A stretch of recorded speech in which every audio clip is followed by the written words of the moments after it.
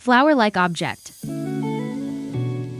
This procedural 3D asset is included in the Abstract Object Pack, now available on Superhive Market and Gumroad. Geometry node setup ready for node-based workflow.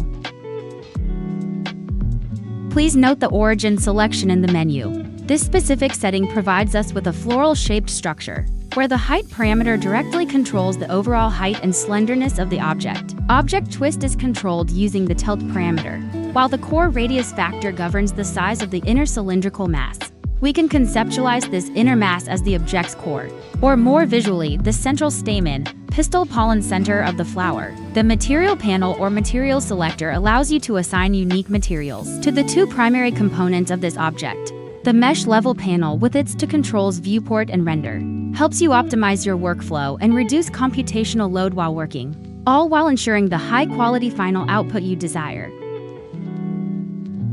Through the main parameters panel, you gain control over the number of petals with wing count, the length, depth of the petals via outer fillet factor, and the scale of the inner circular ring within the flower shape using inner ring scale.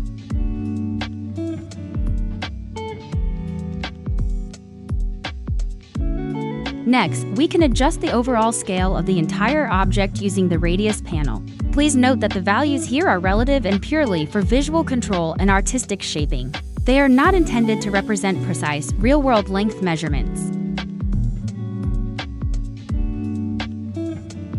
Next, we have the On-Curve option when enabled. This feature projects the entire floral profile along a user-defined Bezier curve.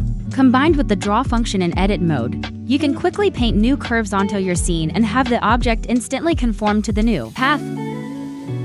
By selecting the Adjust with Float Curve option, we are taken directly into the Geometry node's workspace in the viewport. You will notice a red frame. Adjusting the curve within the Float Curve node provides you with advanced form customization for this floral-like object.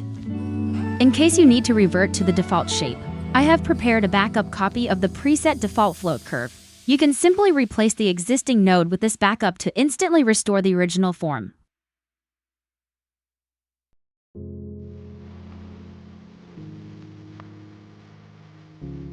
Finally, complete your unique design by customizing all material properties and colors directly within the Shading workspace or Shading tab. Thank you for taking the time to review my product. Your support and feedback are greatly appreciated.